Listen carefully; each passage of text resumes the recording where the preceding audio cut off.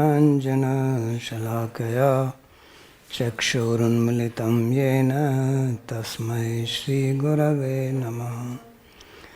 वन्देऽहं श्रीगुरोः श्रीयुतपदकमलं श्रीगुरून् वैष्णवांश्च श्रीरूपं साग्रजातं सहगणरघुनाथान्वितं तं सजीवम् साद्वैतं सावधूतं परिजनसहितं श्रीकृष्णचैतन्यदेवं श्रीराधाकृष्णपादान् सहगणललिता श्रीविशाखान्वितांश्च। हे कृष्णा करुणा सिन्धो दीनबन्धो जगत्पते गोपेश गोपिकान्त राधाकान्त नमोस्तुते। तप्त काञ्चन गौराङ्गी राधे वृन्दावनेश्वरी वृषभानुसुते देवी प्रणमामि हरिप्रिये। नमो महावदान्याय कृष्णप्रेमप्रदायिने कृष्णाय कृष्णचैतन्य नाम्ने गौरत्विषे नमः। पञ्चतत्त्वात्मकं कृष्णं भक्तरूपस्वरूपकं भक्तावतारं भक्ताख्यं नमामि भक्तशक्तिकं। श्रीकृष्ण चैतन्य प्रभु नित्यानन्दा श्री अद्वैता गदाधर श्रीवासदि गौरभक्तवृन्दा। हरे कृष्णा कृष्णा कृष्णा हरे हरे हरे राम राम राम हरे हरे। जन्माद्यस्य तोऽन्वयादितरतश्चार्थेषु तेने ब्रह्महृदाय आदिकवये मुह्यन्ति यत् सूरयः। तेजो वारिमृदां यथा विनिमयो यत्र त्रिसर्गो मृषा धाम्ना स्वेन सदा निरस्तकुहकं सत्यं परं धीमहि। नारायणं नमस्कृत्य नरं चैव नरोत्तमं देवीं सरस्वतीं व्यासं ततो जयमुदीरयेत्। स्वस्ति अस्तु विश्वस्य खलः प्रसीदतां ध्यायन्तु भूतानि स्वयं मिथोधया। मनश्च भद्रं भजतादधोक्षजे आवेश्यतां no मतिरप्यैतुकी। Reading from Śrīmad-Bhāgavatam, Canto 11, Chapter number 9, Verse number 11. So we read the previous instruction of Kumari or young girl, how when the guest came she wanted to prepare some food for them and she has to beat the paddy to get the rice grain. But she did not want them to know that they are so poor that they don't have even little rice in the house. So she removed the bangles, and from that he says that he learned that if many people live together, there is Kalha, this is Kali Yuga. Kali Yuga means Kalha Yuga. the yuga of fight, wars, and bhaved varta dvayorapi. And if two people are there, they will talk. So therefore, live alone. Now this has become natural. People are quite lonely these days. It's already happening. So there's not much you have to do to attain this. People are hankering to have varta, talk. Right? And they're even willing to pay money for that. So he says that this is the lesson I learned. So this is for the renounced person. As we saw in the commentary, Vishwanath Chakravarti says that association, bad association is to be avoided, but sadhu sangha, that is prescribed. So one should look for that. Useless talk is waste of time, but if you have Krishna Katha, that is perfection. So that is from Vaishnava point of view. Then what he learned from Sharakara. Shara means arrow. So there was a person who was making arrows. Previously they used to fight bow and arrow. So what he learned from that how the person was so absorbed in making the arrow that he did not have any mind for anything else. So therefore it says, Mana ekatra sanyujya jitashrayo jitasana vairagya abhyas yogena dhriyamanam atandritam. So he is saying that one has to control the mind. Because if you want to be successful in anything, whether material or spiritual, you have to have focus of the mind. Without that you cannot be successful. So you want to be good at sports, music, anything else, you have to be focused. And that is a big problem, focusing the mind, unless you like something. If you like something, mind becomes focused naturally. But when you have to do something which you don't like, then mind remains scattered. So therefore it says, Mana ekatra sanyujya jitasvaso jitasana vairagya abhyas yogena. So there are some techniques which he is giving here. One he says is that you have to control your breath, jitasvasa. Because breath and mind, they are linked together. As we know about the Panch Koshas, the 5 sheaths. So there is Annamaya Kosha, then Pranamaya, then Manomaya. So Pranamaya or Manomaya, they are all linked up. Food also controls minds. Food also controls our breathing. And breathing controls mind because Pranamaya is next to Manomaya.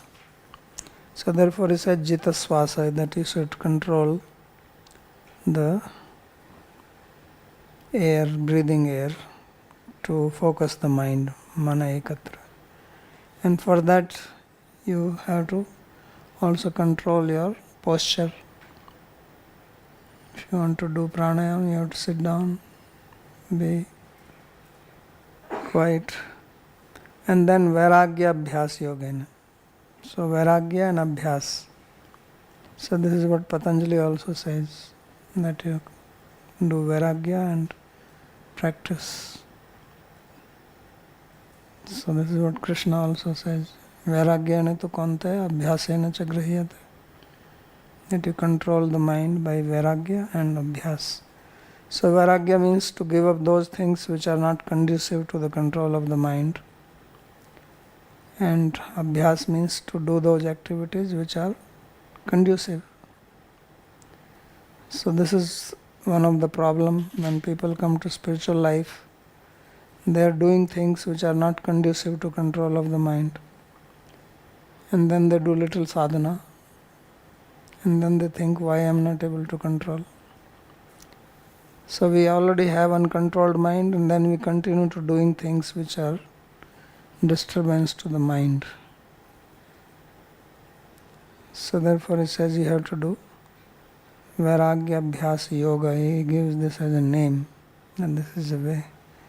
And then Dhriyamana Matandrita, and this has to be practiced without laziness. Atandrita. Not that one day you practice, then you say, I take a break, I deserve a break. People also say like that, I deserve it. Who said that you deserve it? They themselves say it. That now I deserve it. How do you know? Who authorized? But you want to do something so it feels good that I deserve it. Then I don't feel guilty. So this sloka is important because it's teaching how you can restrain your mind. In Yoga Vasishtha, they talk about 4 things: satsanga, vasana tyago, adhyatma vidya vicharanam, pranaspandanam, nirodhascha, iti upaya manaso jaya. So Yoga Vasishtha says that there are 4 means to conquer over your mind. Number 1 says satsang. So sadhu sang sarv shastra ka, love matra sadhu sang, sarv siddhi hai. So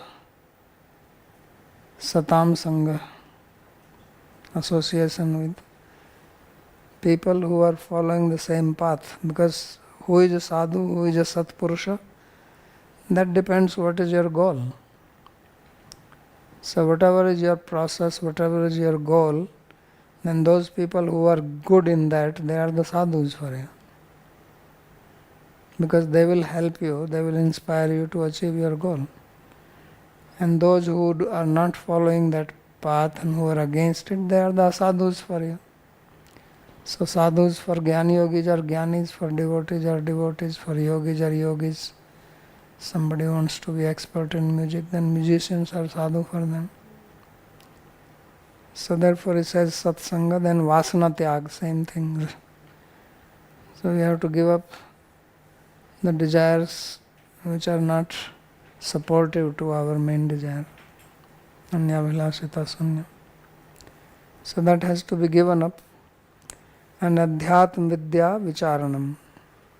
So this is also important, to have deep study and deliberation of spiritual knowledge, spiritual education, because then your mind remains absorbed, you understand things better, and you give up unnecessary thoughts. And then the last one he says is pranaspandan. So pranaspandan is same what he said, jita swasa, controlling the life airs. So this is the way to control the mind. And then what do you do with that controlled mind? He says, yasmin mano labdha padam yadecha yadetat chanai chanair munchati kamarma renun satvena vriddhena rajastamascha vidhuya nirvanu patya nibandhanam. So then you focus the mind on Bhagavan, yasmin mano labdha padam. And then gradually, shanai shanai munchati karma renun. So gradually you will give up the karma renu, the vasanas, the desires which make you act materially. And sattvena vriddhena rajastamascha. So by doing this your sattva will increase. Because when sattva increases, then mind becomes peaceful. Sattva brings peace of the mind. Rajas brings agitation, desires, and that leads to suffering. Rajasastu phalam dukkham. Ajnanam tamsa phalam. Tamas brings ignorance, sleep, laziness, dejection, lack of enthusiasm, no interest. So that is tamas. So he says he becomes free from rajas and tamas, and then what will happen? Nirvanam upayati anindhanam. Then he attains nirvana,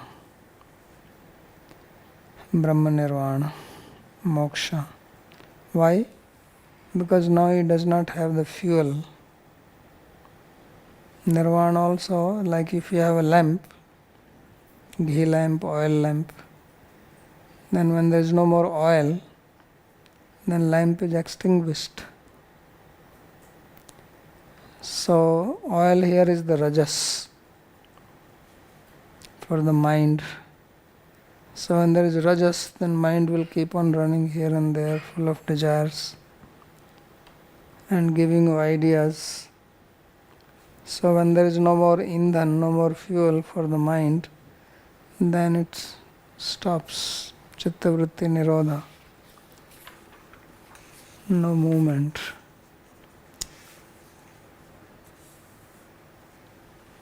So he says, Vishwanath Chakravarti says, Chitta ekagryam sarakarat shikshitam ityaha. So he says that the focusing of the mind he learned from the arrow maker. This is described here in 3 slokas, mana iti tribhi. Rag baladeva mana itas tatas chalati ityaha vairagyeti. So mind runs here and there only because of the raga. And raga also has dvesha with it. If you have raga in one, you have dvesha in another one. So they are the giving you the fuel. Raga is coming from rajas, kama esha krodha esha rajogun samudbhava. Kama, raga, same rajas. Rajas and raga come from the same root, ranj dhatu. So that is the power. So therefore it says rag baladeva mana itas tatas chalati. Any movement happens by rajas. Rajas is necessary for movement. So when there is too much rajas, some rajas is necessary. Otherwise you will become a piece of stone. Ajgar. Ajgar is full tamas. So he says, therefore he says, Vairagya abhyasi yogena. Dhriyamanam bhaktim mishra ashtang yogokta dharana. So he says that this is not just yoga, but it is bhakti mishra ashtanga yoga. And this is ashtanga yoga along with bhakti. So then you can control your mind by that. Yasmin yanmano labdha padam bhavati tatrastham etan manah karma renun karma vasnam munchati. So when mind becomes situated in that, labdha padam means becomes situated, then being situated there, the mind, he gives up the dust of karma. Karma renu, renu means dust.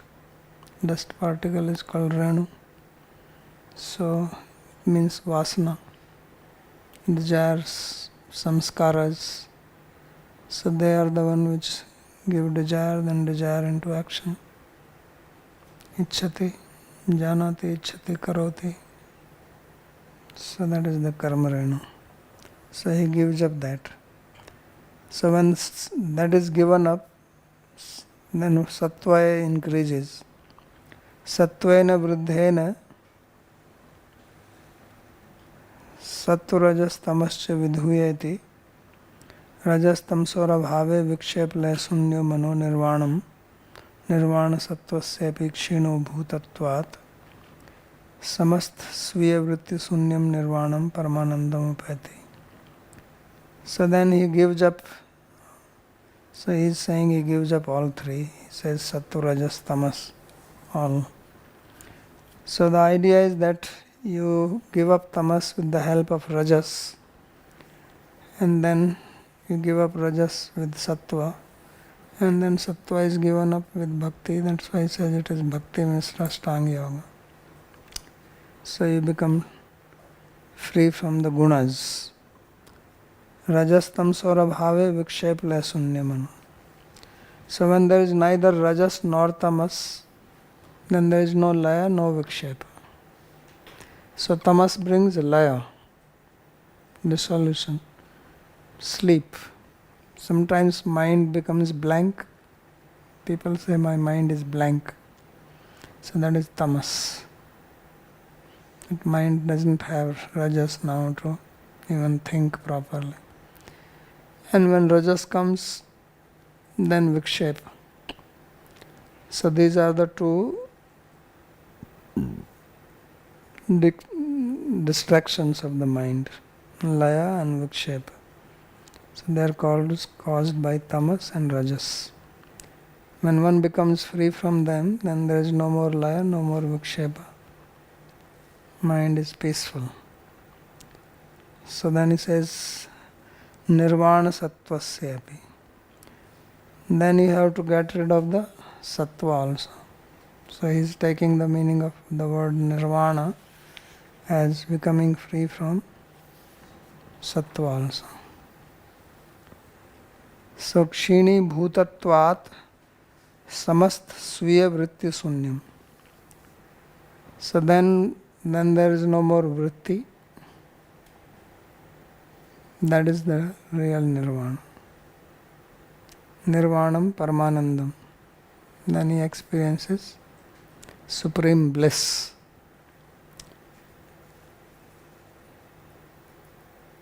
Indhanam guna stat karyam cha tadrahitam.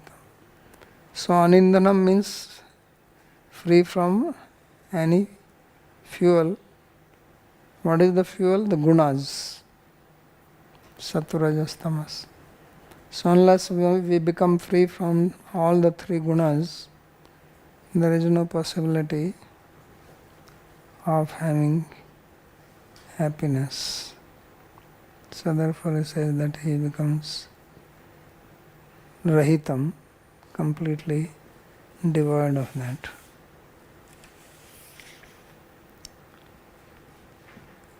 Tadevamatmani aviruddha chitto न वेद किंचिद बहिरंतरम वा यथेषु कारो नृपतिम व्रजंतम ईशो गतात्मान ददर्श पार्श्वे. So he says, in this way, when mind is situated in the Atma, tatevam atmani aviruddha chitta. So Atma can mean just Atma, it can also mean Paramatma, Bhagavan. So if you take it Atma, then this is exactly what Patanjali says. Yoga chitta vritti nirodha tada drashtu swarupa avasthanam.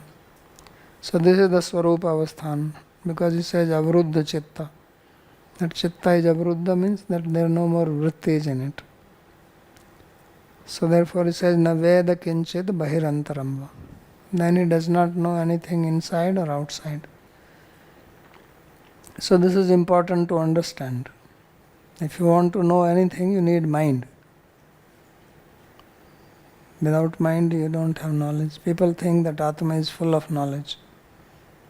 So if Atma is full of knowledge, then knowledge should happen now.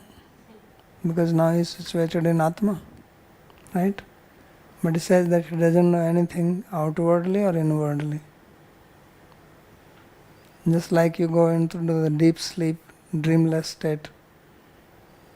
At night, you have experience of it. You don't know anything, neither outside nor inside. You don't know where you are sleeping. You also don't know who you are. So, this is, of course, different than the deep sleep. So, yatheshu karo, he gives one example of this. So he says, yatheshu karo nripatim brajantam ishau gatatman dadarsa parshve. So this blacksmith, he was making the issue, the arrows, and he was so absorbed in making it that the king's karma passed by, he did not notice it. His shop was right on the road. In India we have shops on the road. That is the best place to have a shop. So the king was going with elephant and horses and so many people and maybe some music also, like Indian marriage party. Indian marriage party also, like the bridegroom is like the king, right? Sitting on the horse. Everybody is just dancing around him. So he is the center. So he went, then somebody came later on, after 10-15 minutes, and he asked this man that did the king procession go this way? And he says, I don't know. He says, what? How is that you don't know? So he says that I was busy. Vrajantam ishau gatatma. Ishau gatatma means that my mind was absorbed in the arrow. Because he has to hit it, and you are hitting with the hammer. If you are not careful, you will hit you on your hand. So he has no time. So he says, na dadarsha parshve. I did not see anything what is on the side. So this is the example of absorption of the mind.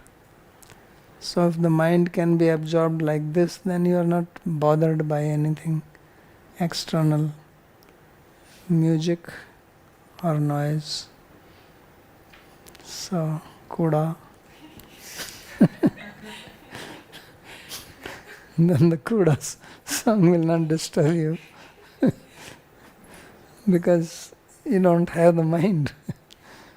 Mind is completely absorbed. So, Atmani Bhagavati. So he also says that Atma here means Bhagavan. And then he says, Ishau gatatma tasya riju karanartham tadekagri chittatvat tanmayi bhavan mana bheri jhankar ghoshairantika vrajantam api nirpatim naveda. So he says that his mind was totally focused on making the arrow. He was making it straight, Rajukaram, and therefore his chitta was completely fixed on that. Because our mind is only one, and it can focus on one thing. It can scatter, run up and down, but if it is not running, it's just on one, then it will not know anything else. So this is what happened to him. So he says there was drums, there were kartals, everything was being played when the king went procession. Just like sometimes here in Vrindavan they have the procession for the deity. So there is a kirtan going on in front. And they also have music, band, kirtan also. So this is a new trend. They have a loud band playing music. And then kirtan, so you can neither hear that nor the other one. And the Lord is thinking which one to hear now. He's thinking, when will this be over? And I'll go back in my place peacefully. So he says that all this noise, he could not hear anything. So that is the lesson learned from the Ishukara. So now he talks about what he learned from snake. So snake is also like a sannyasi. Snake is like a sannyasi. Why? Because you never see two snakes together. Right? They're always alone. And they don't make house. They just, wherever they find some place, they get there. They don't hoard anything, they don't store anything, they don't talk. They are not interested in any company or anything. So this is what he learned from the snake. So ekacharya niketah syad apramatto guhashayah alakshmana acharayir munireko alprabhashana griharambhoti dukkhaya vifulascha dhruvatmanah sarpa parkritam veshma pravishya sukhamedhate. So he says sarpa parkritam veshma pravishya sukhamedhate. Snake, he says, does not make any house. He enters in somebody's house. Here's the rats who make the hole in the ground. Snake goes there. He eats the rat also. He gets the food plus house. So that's what he does. And he relaxes there. So he says that he is ekachari. So he says that a sage, he's talking about the Muni or sage should be ekachari. He should wander alone, not big company, group, mela, nothing like that. And aniketa, and there is no fixed residence. So moving from one place to another place. And apramatta, should not engage in some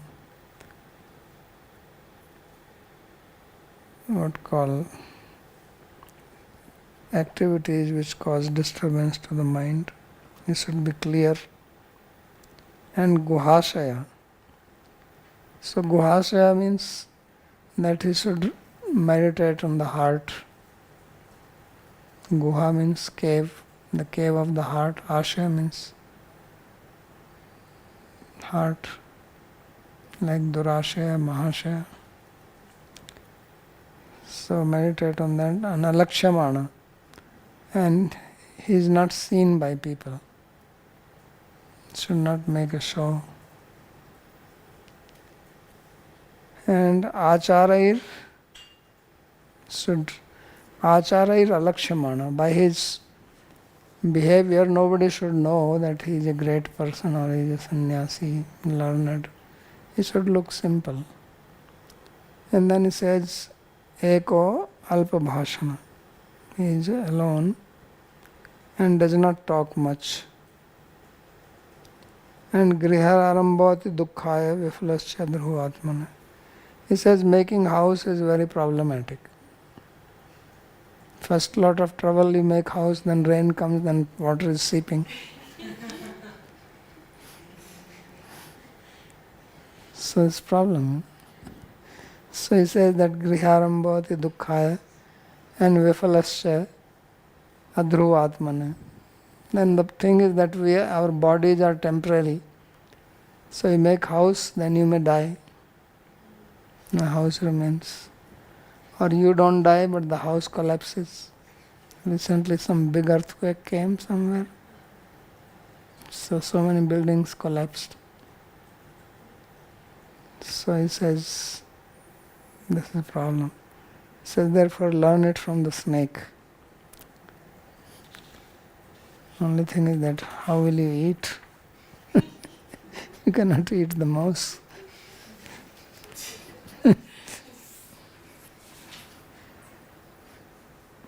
So he says, Sarpat Sikshitamaha, what he learned from the snake is being described here. Ekachari iti. Yogi samsargasya api tyage kumari guru janasang tyage sarpa.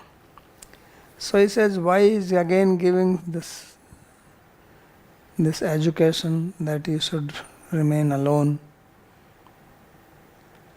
So he says that already we learned it from the Kumari, that young girl who removed the bangles. Eke vachared yogi vaso neko bhaved kalah bhaved varta dvayorapi. Right? So he says that not to associate with yogis, that you learn from the girl. and not to associate with materialistic people, that you learn from the snake. So he says, don't associate with anybody. Just remain alone. Sayatha janat shankamana ekaki charti. Why is that? The girl was an example not to have association with yogis, and this is example of snake. He says snake is always hiding. As soon as he sees somebody, then he runs away. So means he doesn't want any association. So Janan Shankamana, when he become apprehensive, somebody is coming, then he goes away. Ekaki Charti. And then he doesn't have any fixed residence. It's not that he has a fixed residence every day, he comes there only. He can be anywhere. It's not necessary. If you have a rat in the house, mouse, and you throw him away, he will find a way back. But not snake. Snake is not attached like that. He will find another house. You throw him somewhere, he just moves on. It's not coming. So sada apramattahascha, and remain alert, and ekantvasicha, and live in a solitary place.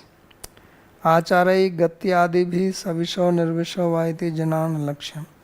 And people cannot figure out from his behavior what is he. He says, just like snake, if you see a snake, can you say is it a poisonous snake or not poisonous snake? He says, just like you cannot figure out by the movement of the snake unless you are an expert. Expert people can tell that this is poisonous or not. So savisho nirvisha vaiti jana lakshyam cha asahayascha mitbhasicha. And you don't take any help from anybody, and you talk very little. Just that much is necessary. You want food, just say, please give me some food. Don't talk more. So tadvad muni vartet ityartha. He says this is how a muni, the sage, has to live. So this is all olden time. These days we don't have any sages like this. But he is Avadut, so he is giving his own education, what he has learned. Now he is teaching what he learned from a spider. So spider is a representative of Paramatma. How Bhagavan Paramatma, he creates the world. So how does he create? He is not dependent on anybody. Generally when you create something, you need some raw material. And raw material is from somewhere. So you are the nimitta karana because you are creating. And you have upadan karana, the ingredients. So you take the ingredients and you make. You want to cook soup. So you take vegetables. Vegetables are not produced from your own body. You buy from the market. You make soup. So you are the nimitta karana and vegetables are the ingredients. But when Paramatma creates, from where is he going to bring ingredient? There is no market available for him. That I want to buy some earth, some water, then I create. No, he creates from himself. So spider is also like that.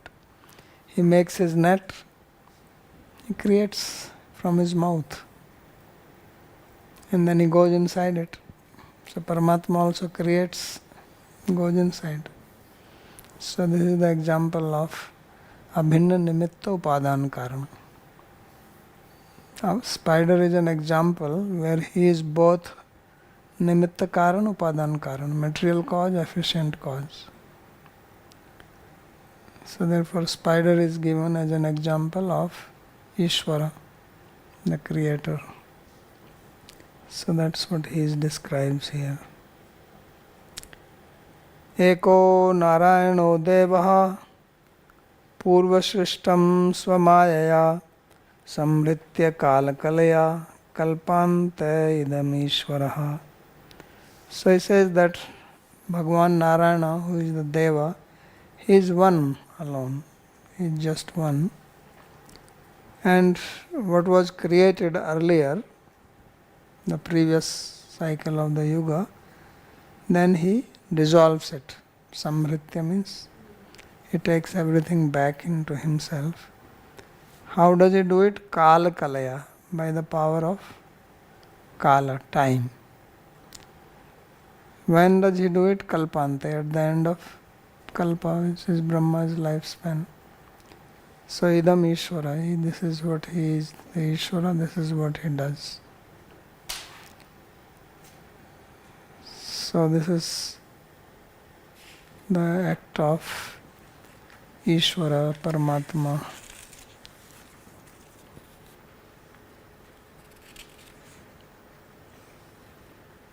ईश्वरः क्रयेण प्रकारेण विश्वसृष्ट्यादिकं करोति इति एतन्मया ऊर्णनाभे सकाशात् ज्ञातम् इत्यः षड्वी. How does Ishvara, God, create the world? How does he maintain it?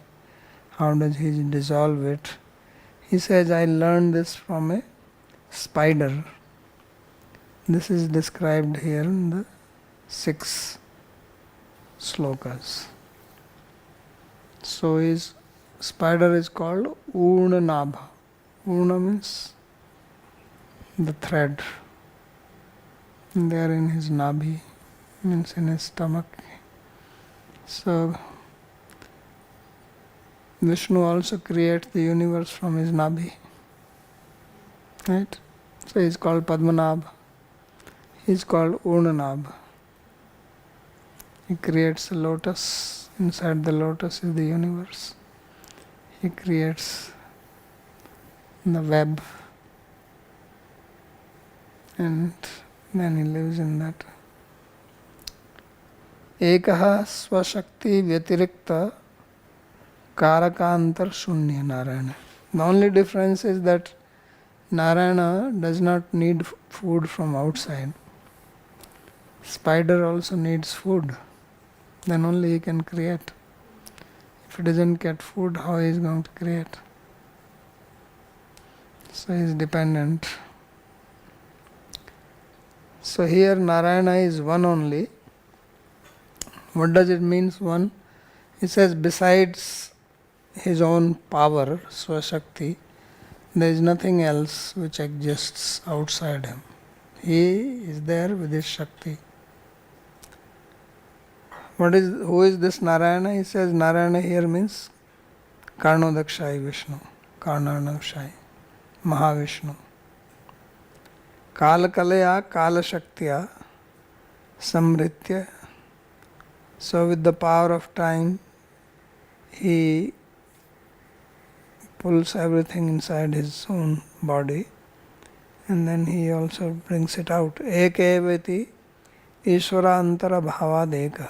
So he is alone because there is no more Ishvara, there is only one Ishvara. Sadeva tadanim tu maha samasti vyasti nam nasad advityo abhut. So at that time, when the creation is pulled back into him, he is one. So hame vasame vagre nanyat sadasatparam. So Krishna says that in the beginning, I alone existed, there was neither Sat nor Asat, cause effect, or gross or subtle, nothing. So this is says Mahasamasti Vyasti. The gross and individual everything was absorbed in him. So Advitya Abhut, Atma eva adharo yasya se akhila nam shakti namas. So he is the support of all the Shaktis, all the potencies, he is the fountainhead of everything.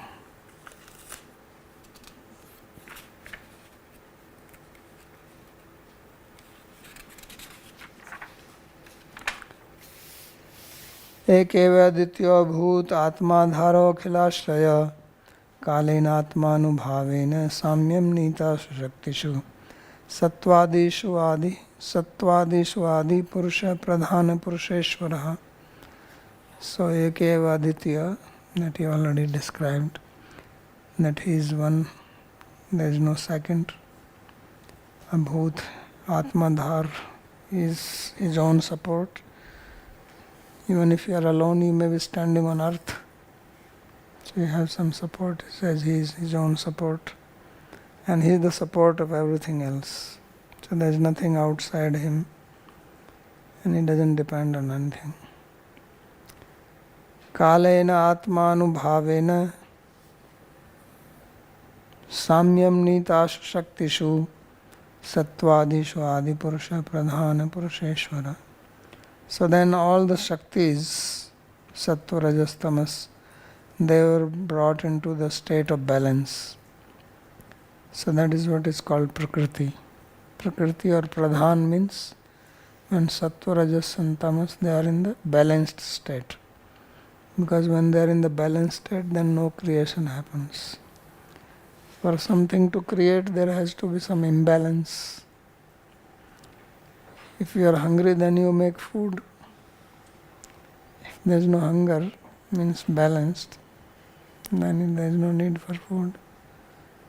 So there has to be some imbalance for creation. So he says, by his anubhav, by his power, with the help of time, which is his own Shakti, he brings them to Samya state, balanced state. So then nothing exists. So there is only Pradhana and Purusheshvara. Prakriti is there, the balanced state of the gunas, and he is the Ishvara. And the Jivas are also there in him.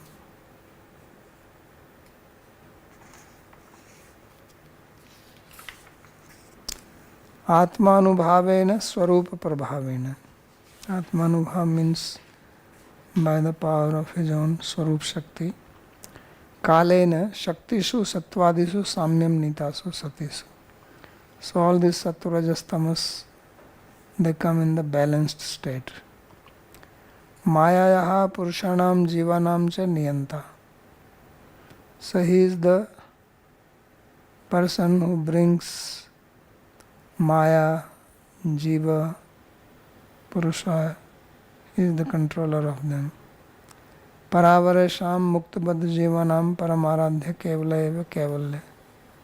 This is the next verse. Somehow there is Paravaranam Paramaste Kevalya Sangita. It's commenting on that part.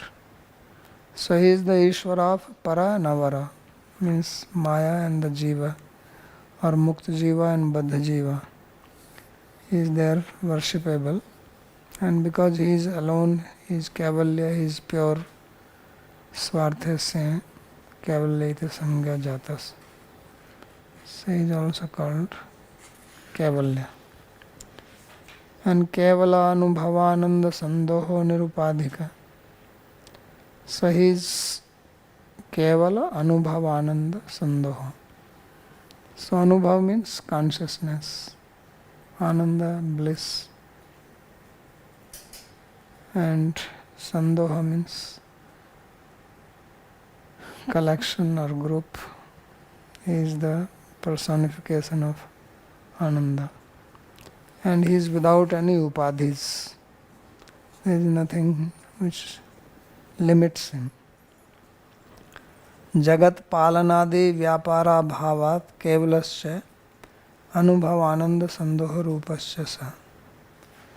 So at the time of dissolution, there is no activity in the form of maintaining the universe. There is no such activity which undergoes at that time. And therefore he is Kevalasya Anubhavananda Sandos. Keval means he is alone. Alone here means he has his parikaras, his associates. It's not that he is completely alone, but as far as the external creation is concerned, there is nobody. All these Indra, Chandra, Brahma, they don't exist. And he is in his own Swarupananda. Anubhavananda means Swarupananda. And there is no upadhi, nirupadhika. Upadhir maya tasyas tadanim suptatvat nirupadhika. So he is in, maya is also inactive, so therefore there is no upadhi. Taduktam tritiye supta shaktir asupta drigiti. So this is described in the third canto, that his supta shakti means his maya shakti is sleeping. Sleeping means inactive. But supta drik, but he is not sleeping, he is awake. Asupta drik, not supta drik, means he is, it's not that he has also lost his consciousness or awareness. He is a supta drik. So these two slokas, they described, or rather three slokas, they described the state of dissolution. Now in the upcoming three slokas, he described the state of creation, how he creates. So that is being described. Keval atmanubhavena swamayam trigunatmikam shankshobhyan srijatyado tadaya sutram arindama. So he brings an agitation in his own maya, which consists of the three gunas, sattva, rajas and tamas. How does he do that? Keval atmanubhavena, by his own power, which is earlier said by Kala, by the power of time.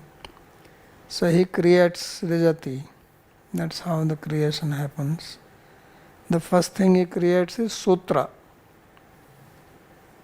So there is Prakriti or Pradhana. Sometimes it is called Prakriti, sometimes Pradhana. Prakriti word is used from the point of view of creation, Pradhana from the point of view of dissolution. So Sutra is created. So the word Sutra has two meanings. Most commentators comment that Sutra here means Mahatattva, except for Jiva Goswami, who says Sutra is Sutra only. But I checked, everybody is saying that this Sutra is Mahatattva. Like Sridhar Swami says, Sutram Kriya Shakti Pradhanam Mahatattvam Srijati. That Sutra here means Mahatattva, which is predominated by Kriya Shakti. Because there is Kriya Shakti, Gyan Shakti and Dravya Shakti. So Ahankar, Dravya Shakti, Kriya Shakti is Sutra, Gyan Shakti is Mahatattva. But he says here Sutra is Mahatattva with Kriya Shakti Pradhanta. Somehow this is the meaning he gives. Sri Vishnath Chakravarti also follows him. So he says Samharam Darshitva Srishtim Darshayati. After explaining the dissolution, he describes creation. Kevalena Atma Anubhavena Chit Shakti Prabhavena.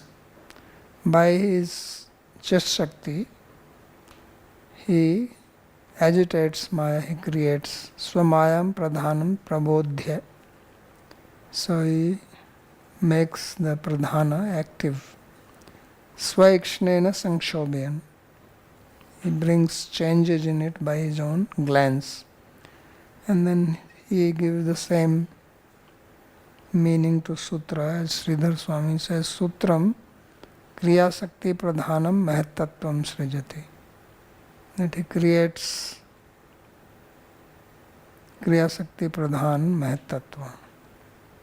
But Jiva Goswami writes only Sutra. He says Pradhan Ek Rupa Swamayam Sankshobhyan Sutram Srijati. So I think he did not like this idea of Sutra being translated as Mahatattva. Otherwise, generally when Sridhar Swami writes, he doesn't repeat that. But when he doesn't agree, then he writes. So it appears that he is not agreeing with Sridhar Swami here.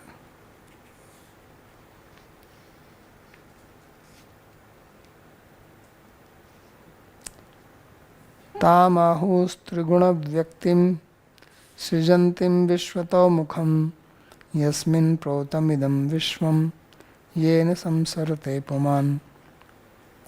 So he says that this is called the manifestation of the three gunas, this Maya. And she is the one who creates this world in various directions. And it is in her that everything is protam, spread, obversely, conversely. Vishwam yena sansarte puman. And it is by this samsara or this creation, this Vishwa, that person falls into the cycle of birth and death.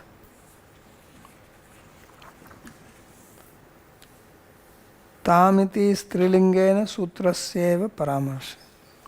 So here he uses the word tam, which is in feminine gender. But earlier he said sutram. So sutram srajati, sutra is in masculine gender. So he says that the word tam here, although it is in feminine gender, it refers to sutra only. That's why he says tam iti strilingena sutrasyeva paramarsa.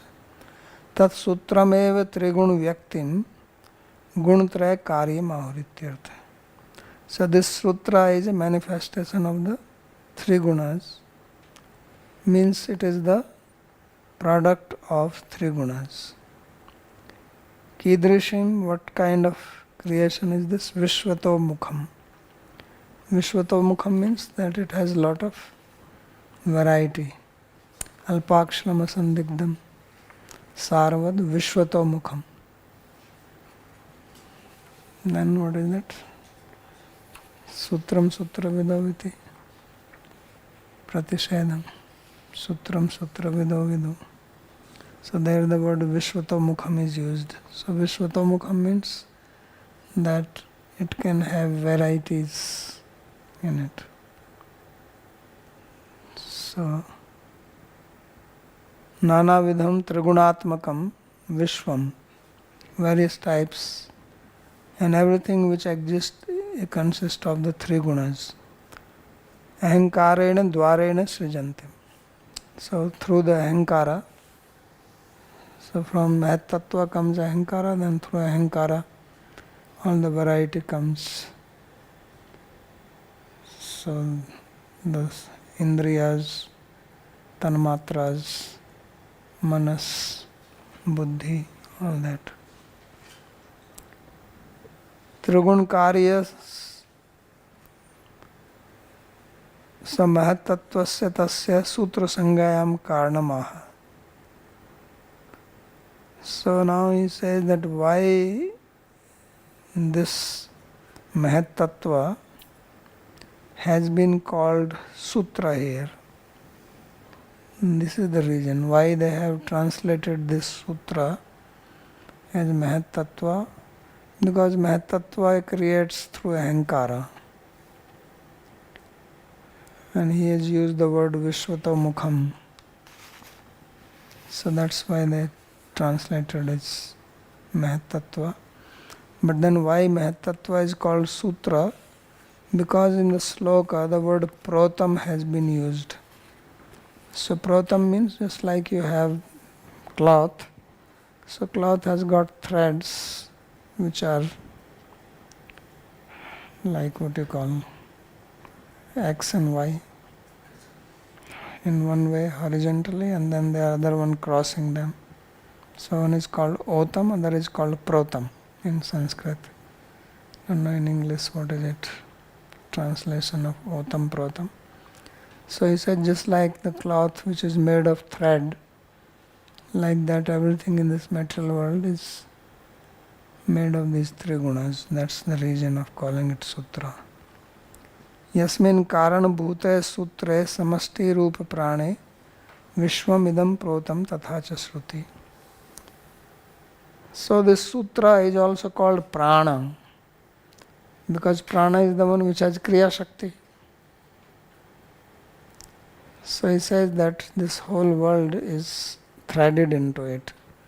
And there is a Shruti statement to this. Vayurvai Gautama Tat Sutram Vayuna Gautam Sutrena Ayam Chalokah Paraschalokah Sarvani Bhutani Sansrishtani iti yena Chadhyatma Rupena Pranena Jiva Sansarti. So this is from Brihadaranyaka Upanishad. He says Vayurvai Gautam Tat Sutram, that this Vayu is the sutra and it is by Vayu. Vayu means air. Gautam Sutranayam cha loka parascha loka sarvani bhutani sa. All the beings in this world and the world beyond this, they have been created from this Vayu, which he calls as the Sutra. So Vayu here means Pranavayu. And Sutra means Mahatattva, as he said above. And Yena cha adhyatma rupena pranena Jiva samsarti. And then the Jiva is undergoing birth, death, along with the prana. Because when someone dies, it is the prana which goes along with the Atma, Pranavayu. Along with that, other things are also there, but main is the prana. So this is described in Bhagavad Gita also. So this is how there is samsara. Samsara means cycle of birth and death. So this is what he has learned from the Urnabhi. This is said in the next one. Yathornabhi hirdiyadurnam santatya vaktrata taya vihirtya bhuyastam grasti eva maheshvara. He says it's just like there is the spider. So he brings out the web from his mouth, spreads it. He can also take it back. So he can create, he can dissolve it. So Ishvara also does that. So this is what he learns from the spider. Una nabhir markaditi khyata kit vishesha hridyad udgatam vaktrata vaktrena santatya prasari. So I'm just saying that how the spider brings out and then he can pull it back. Pulling back I have not seen, but we have seen how it brings in the corner of the room.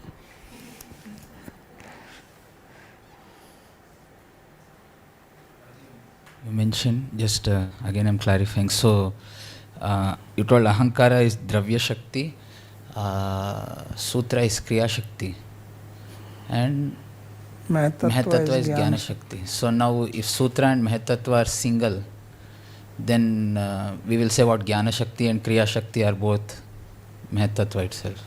Yeah. Okay. So another question I had is, so Sutra is placed hierarchically what? Above Mahatattva. So and then it is degrading and becoming Mahatattva. Yeah. Okay. Bhushan. Babaji, pranams. I have a question on the ekanta. Please correct me if I'm wrong here. The ekanta would just calm the mind, but it would not remove the samskara because all of the triggers will not be there, right? So it will calm the mind. So how does Jnana Yoga then figure out? I mean, the Jnana Yogi would not know what is lying underneath in his chitta. Would that still work then? The Jnana Yoga would? If you live alone, there is no samskara. Samskara is created when you are with somebody else. Okay, right. Yeah. But they have to live alone right from childhood then. Childhood samskara is gradually, that's why it says Vairagya and Abhyas Yoga. So Vairagya means live alone and Abhyas means you practice. Okay, anything else? Alright.